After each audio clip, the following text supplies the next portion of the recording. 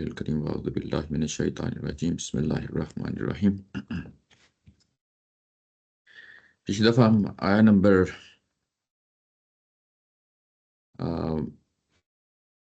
70 تک پڑھ لیا تھا، اور یہ حضرت حود علیہ السلام کے حوالے سے بات چل رہی تھی،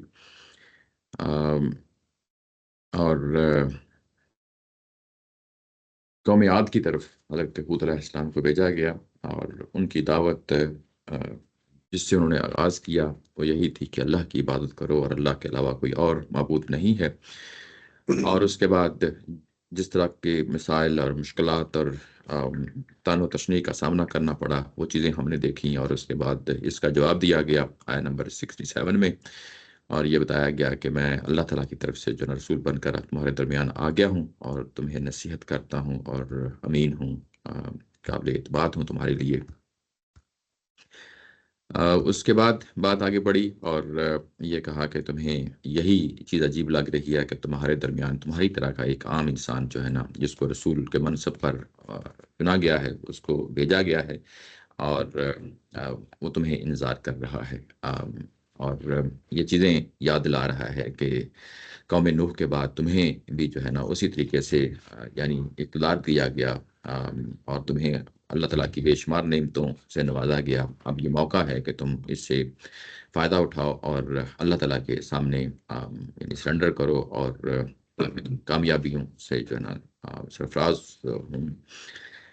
لیکن بہرحال انہوں نے اس کا جواب جو ہے نا مثبت طریقے سے نہیں دیا، بلکہ الٹا یہ کہا کہ قالوا اجئتنا لنعبد اللہ وحدہ ونذر ما کان یعبد آباؤنا، کہ ہم صرف اور صرف ایک اللہ کی عبادت کریں اور اس کے علاوہ جتنے بھی ہم نے معبود بنا رکھے ہیں ان کو ہم چھوڑ دیں۔ یہ کیسے ہو سکتا ہے؟ یہ ایک بہت اہم نقطہ ہے جو عمومی طور پہ دیکھنا پڑتا ہے، یعنی یہ کہ کوئی بڑا آدمی اگر ایک قبیلے میں ایک قوم میں پیدا ہو جائے تو لوگوں کے تصورات یہ ہوتے ہیں کہ یہ ہمارے قبیلے کو، ہمارے ملک کو، ہمارے لوگوں کو، یعنی جو کچھ ہماری تہذیب ہے، تمدن ہے، تاریخ ہے اور جو نقطہ نظر ہم اپنائے ہوئے ہیں اس کو لے کے آگے بڑھے گا۔ لیکن عمومی طور پہ ایسا یعنی رسولوں کے ساتھ ایسا نہیں ہوتا، یعنی رسول جو ہیں وہ اپنی دعوت کے لحاظ سے مختلف جگہ پہ کھڑے ہوتے ہیں، اور وہ قوم کے اس دائرے کو ساتھ لے کے نہیں چل رہے ہوتے جو وہ یعنی روایت کی شکل میں اپنے ساتھ لیے ہوئے ہوتے ہیں۔ یعنی پوری قوم جس روایت کی امین ہوتی ہے اس کو وہ چاہتی ہے کہ اس کو یعنی یہ کہ چار چاند لگ جائیں اور لوگ میں یہ قوم جو ہے نمایاں ہو جائے، جو کچھ ان کی تہذیب ہے، جو کچھ ان کا تمدن ہے، جو کچھ ان کی یعنی یہ کہ مذہب ہے، جو بھی کوئی بڑا آدمی پیدا ہوگا وہ اس کو آگے لے کے چلے۔ لیکن رسول جو ہیں، جو آتے ہیں، نبی آتے ہیں، وہ ان کو ظاہر ہے کہ خالصتاً اللہ کی عبادت کی بات کرتے ہیں، اور جبکہ وہ لوگ یہ چاہتے ہیں کہ جو کچھ ہم کر رہے ہیں اور اسی کو ظاہر ہے کہ اتھینٹیکیٹ کیا جائے، اسی کو لے کے آگے چلا جائے۔ تو یہ کیسے ہو سکتا ہے کہ ہم تمہاری بات مان لیں اور اپنے بزرگوں کو جو ہے نا وہ چھوڑ دیں؟ یہ وہ چیز ہے جو ان کے لیے مشکل کا باعث بن گئی ہے، اور یہ ان سے ہضم نہیں ہو رہی کہ ہم کیسے ایک اللہ کی عبادت کریں اور جو کچھ ہمارے آباء و اجداد جس کی پوجا کرتے آ رہے ہیں اس کو ہم چھوڑ دیں۔ یہاں پہ زور اسی چیز کا ہے کہ یعبدوا آباؤنا، کہ ہمارے جو آباء و اجداد جن کو یعنی وہ پوجا کرتے آ رہے ہیں ان کو ہم کیسے چھوڑ سکتے ہیں۔ یعنی اصل کرائٹیریا جو ہے وہ علم نہیں ہوتا، یعنی یوں کہیں کہ دلیل نہیں ہوتی، استدلال نہیں ہوتا، بلکہ آباء و اجداد ہوتے ہیں۔ جب دلیل انسان جہاں سے پکڑتا ہے تو گویا کہ وہاں اب آج جو ہے نا اس قوم کا زوال کا جو ہے نا آغاز ہو جاتا ہے۔ یعنی اصل چیز خواہ وہ مذہب ہو یا غیر مذہب ہو، اصل چیز دلیل ہوتی ہے، اصل چیز علم ہوتا ہے، اور جب انسان دلیل پہ کھڑا ہوتا ہے، علم پہ کھڑا ہوتا ہے، حقیقت پہ کھڑا ہوتا ہے تو وہ درست جگہ پہ کھڑا ہوتا ہے۔ یعنی یہ کہ اگر کوئی شخص یہ کہتا ہے کہ فلاں بڑے بزرگ کا یہ نقطہ نظر ہے اور بڑے بزرگ کے سامنے سرنڈر کرو، تو یہ غلط نقطہ نظر ہوتا ہے۔ دیکھا جائے گا کہ اس بڑے بزرگ کا کیا نقطہ نظر ہے، کیا وہ حقیقت پہ مبنی ہے، علم پہ مبنی ہے۔ اگر حقیقت پہ مبنی ہے، علم پہ مبنی ہے، تو اس کے سامنے ڈیفینیٹلی یعنی وہ دلیل کے سامنے جھکا جائے گا، نہ کہ اس بزرگ ہستی کے سامنے جھکا جائے گا۔ تو یہاں پہ بھی یہی صورتحال ہے کہ یہاں پہ وہ یہ کہہ رہے ہیں کہ آباء و اجداد کے سامنے جھکا جائے، جو کہ ظاہر ہے کہ امپاسبل ہے۔ انسان اپنی یعنی گنت میں اگر وہ ڈے ون سے اگر یعنی ڈے ون سے یا ظاہر ہے کہ تربیت کے مراحل سے گزار کے انسان اپنے اندر ایک کریٹیکل تھنکنگ پیدا کر لیتا ہے، اور اس کے سامنے کوئی شخصیت جو ہے نا، بڑی سے بڑی ہی شخصیت کیوں نہ ہو، شخصیت کے سامنے یعنی یہ کہ جھکنے سے جو ہے نا وہ انکار کر دیتا ہے، جبکہ دلیل کے سامنے جو ہے نا وہ جھکتا ہے۔ دلیل اصل چیز ہے، دلیل کے سامنے بندہ جھک گیا تو ظاہر ہے کہ اس کے بعد شخصیت جو ہے نا وہ پھر اس طرح سامنے نہیں آتی۔ تو یہ ان کے لیے ایک بہت بڑا جو ہے نا یہ مرحلہ تھا جس کو عبور کرنا ان کے لیے مشکل ہو پا رہا تھا، اور انہوں نے یہ کہا کہ ہم کیسے جو ہے نا یہ کام کریں، ہمارے لیے یہ امپاسبل ہے، لیکن ہم تمہاری بات کو ریجیکٹ کر سکتے ہیں، اپنے آباء و اجداد کی بات کو ریجیکٹ نہیں کر سکتے۔ جب وہ اس حد تک پہنچ گئے تو اس کے بعد کہا گیا کہ فَأْتِنَا بِمَا تُعِدُنَا إِن كُنتَ مِنَ الصَّادِقِينَ۔ تو اب یہ صورتحال ہے جہاں پہ جو ہے نا تم نے ہمیں لاکھڑا کر دیا ہے، یعنی وہ یہ کہہ رہے ہیں حضرت حود علیہ السلام کو کہ جس جگہ پہ تم نے ہم کو لاکھڑا کر دیا ہے، اب اس جگہ پہ ہمارے پاس سوائے اس کے اور کوئی چارہ کار نہیں ہے کہ ہم یہ کہیں کہ وہ جو جس عذاب کی تم جو ہے نا دھمکی دے رہے ہو اس کو جو ہے نا لے آؤ، اگر تم واقعی سچے ہو اپنے اس دعوے میں۔ اور اس کے بعد وہ بتاتے ہیں کہ یہ جو عذاب جس کا تم یعنی یہ کہہ رہے ہو کہ عذاب لے آؤ، وہ تمہارے لیے واقعہ ہو چکا، یعنی یہ ایک حقیقت بن چکی، یہ کہ یہ چیز جو ہے نا وہ آ، اس سے ظاہر ہے کہ اب یہ قد وقع کا جو لفظ آتا ہے اس کا مطلب یہ ہوا کیا ہے کہ یہ اب واقعہ ہو چکا، یعنی اس چیز کا فیصلہ ہو چکا۔ جتنے تم نے جو ہے نا جو رس جو اپنے اوپر جو ہے نا تم لوگوں نے جو ناپاکیاں جو ہے نا لپیٹ لی ہیں، اپنے اوپر لاد لی ہیں، جو وزن اور بوجھ اٹھا لیا ہے، اس کا نتیجہ لازمی ہے کہ اللہ تعالیٰ کا غضب جو ہے نا اس پہ بڑکے گا۔ یہ دونوں آپس میں لازم و ملزوم ہیں۔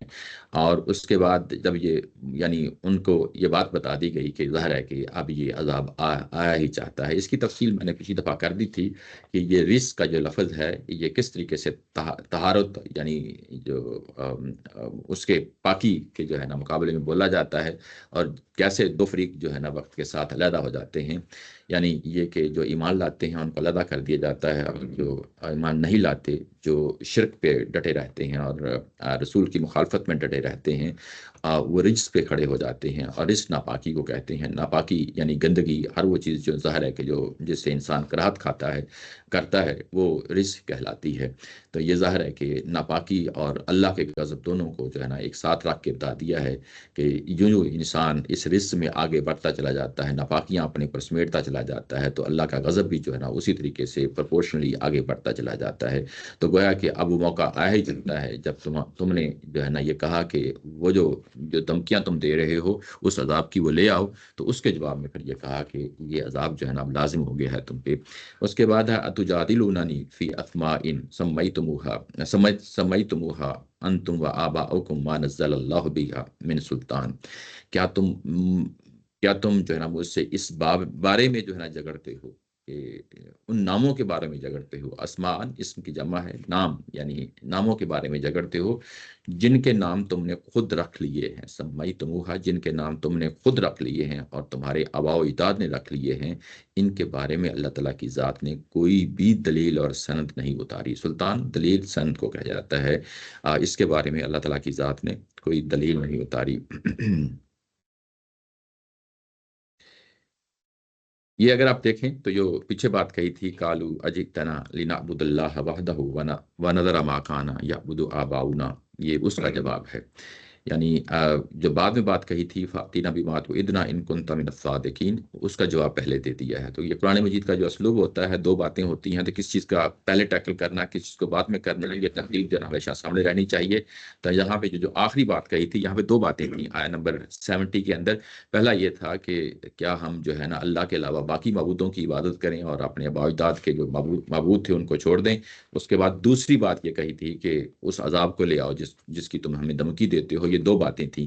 تو جو آخری بات تھی اس کا پہلے جواب دیا ہے، قال قد وقع علیکم من ربکم رجس و غضب، اور جو پہلی بات تھی اس کا جواب بعد میں دیا ہے، یعنی یہ کہ قالوا اجئتنا لنعبد اللہ وحدہ ونذر ما کان یعبد آباؤنا، اس کا اب جواب دیا جا رہا ہے کہ اتجادلوننی فی اسماء، کہ کیا تم جو ہے نا ایسے ناموں کے بارے میں مجھ سے جھگڑ رہے ہو جن کے نام تم نے دیے ہیں یا تمہارے آباء و اجداد نے دیے ہیں، یعنی یہ کہ جن کو تم نام دیتے ہو، یعنی وہ بت جن کو تم اپنے ہاتھوں سے بناتے ہو، ان کو گڑتے ہو اور اس کے بعد بت بناتے ہو، اور بت بنانے کے بعد تم یہ کہتے ہو کہ یہ اللہ کے شریک ہیں، اس کے پیچھے کوئی حقیقت نہیں ہے. یعنی جو تم نے نام دیے ہیں، جیسے ہم جو مشرکین مکہ کے جو بت تھے، جیسے لات منات عزا، جو یعنی انہوں نے نام رکھے ہوئے تھے، وہ محض نام ہی تھے. ان کے پیچھے کسی چیز کی جو ہے حقیقت نہیں تھی کہ یہ کوئی واقعی اللہ کے شریک ہے. ان کی کوئی حقیقت نہیں ہے. تو یہاں پہ بھی ایسے ہی جو ہے نا حضرت حود علیہ السلام جو ہے نا جواب دے رہے ہیں کہ جو تم نے بت بنائے ہیں، گڑھے ہیں، اور تم نے ان کو اللہ کا شریک ٹھہرایا ہے، کسی کو تم داتا کہتے ہو، کسی کو گنج بخش کہتے ہو، کسی کو غریب نواز کہتے ہو، یا لات و منات یا عزا کو، اس طرح بتوں کے نام جو تم نے گڑھے ہیں، یہ سارے کے سارے نام محض نام ہیں. ان کے پیچھے کوئی حقیقت نہیں ہے. اس کے بارے میں تم مجھ سے جھگڑتے ہو. یہ وہ چیز ہے جس کے بارے میں اللہ نے کوئی دلیل اور سند اتاری ہی نہیں. یہ بہت اہم جو ہے نا یہ سٹیٹمنٹ ہے جو ابھی آپ کے سامنے رکھی ہے توحید کے معاملے. ما نزل اللہ بہا من سلطان. اللہ تعالیٰ کی ذات نے کوئی سند نہیں اتاری، کوئی دلیل نہیں اتاری. اگر اتاری ہوتی تو پھر تم تو یہ کہہ سکتے تھے. اور نہ ہی تمہاری فطرت جو ہے نا اس چیز کی گواہی دیتی ہے، نہ ہی کوئی عقلی چیز کو اس چیز کی گواہی دیتی ہے، نہ کوئی علمی چیز اس چیز کی گواہی دیتی ہے. اللہ تعالیٰ کی ذات کے حوالے سے ہزاروں دلیلیں دی جا سکتی ہیں، اور جس طرح قرآن مجید جو ہے نا انفسی آفاقی دلائل دیتا ہے، ایسے ہی ہر دور میں رسولوں نے اسی طریقے سے جو ہے نا اپنی بات رکھی ہے. انفسی دلائل دیے ہیں، آفاقی دلائل دیے ہیں، عقلی دلائل دیے ہیں، اور معقول باتیں کی ہیں، علمی جوابات دیے ہیں. تو یہاں پہ بھی یہی کہا کہ نہ تمہاری جو ہے نا عقل، نہ تمہارے پاس جو علم ہے، نہ اللہ تعالیٰ کی طرف سے اتاری ہوئی جو ہے نا کوئی دلیل ہے، نہ کوئی تمہاری فطرت کے اندر کوئی اس چیز کی نشانی ہے کہ اس چیز کی گواہی دے کہ واقعی یہ چیز جن کو تم نام دے رکھے ہیں یہ حقیقت میں مبنی ہے. ایسا ہرگز نہیں ہے. یہ بات جو آپ کے سامنے ابھی رکھی ہے، یہ ہمارے ہاں صوفیزم کے جو ہے نا بیک گراؤنڈ کے ساتھ کچھ اصطلاحیں بولی جاتی ہیں، جیسے کہ کہا جاتا ہے کتب، کہا جاتا ہے ابدال، کہا جاتا ہے داتا، کہا جاتا ہے گنج بخش، کہا جاتا ہے. ایسے ناموں کے پیچھے بھی کوئی حقیقت نہیں ہے. جن کو ہم گنج بخش کہتے ہیں، گنج بخش اللہ تعالیٰ کی ذات ہے. گنج مطلب خزانہ بخشنے والا. یعنی یہ کوئی ذات نہیں ہے انسانوں میں سے جو ظاہر ہے کہ اس طرح کا معاملہ کرے. ایسے ہی داتا، غریب نواز جو ہے نا، یہ صرف اللہ تعالیٰ کی ذات ہے. انسانوں کو ہم یہ ٹائٹل نہیں دے سکتے. یہ ان کا نام کیا ہے؟ ان کا نام علی اجمیری. یہ نام کہہ لیں. گنج بخش کیوں کہتے ہیں، داتا کیوں کہتے ہیں؟ یہ تو اللہ تعالیٰ کی ذات کے ٹائٹل ہونے چاہیے. تو یہ انتہائی خطرناک بات ہوتی ہے، انتہائی غلط بات ہوتی ہے. کتب اور ابدال اگر آپ دیکھیں تو ان سے پوچھیں کہ کتب اور ابدال کیا ہوتے ہیں، وہ یہ کہتے ہیں کہ یہ کائنات کی کچھ چیزیں ہیں جو اللہ تعالیٰ کی ذات نے ان کے ذمے لگا دی ہیں. جیسے فرشتے کام کر رہے ہیں، ایسے ہی یہ لوگ بھی کام کر رہے ہیں. تو یہ انتہائی مشرکانہ جو ہے نا توہمات پہ مبنی یہ نظریے ہوتے ہیں. کبھی بھی ان چیزوں کے پیچھے نہیں پڑنا چاہیے. نہ کوئی کتب ہوتا ہے، نہ کوئی ابدال ہوتا ہے، نہ کوئی داتا ہوتا ہے، نہ کوئی گنج بخش ہوتا ہے، نہ کوئی غریب نواز ہوتا ہے. یہ سارے کے سارے ایسے ٹائٹل ہیں. یہ انسان خود جو ہے نا ایک یعنی عاجز انسان ہے.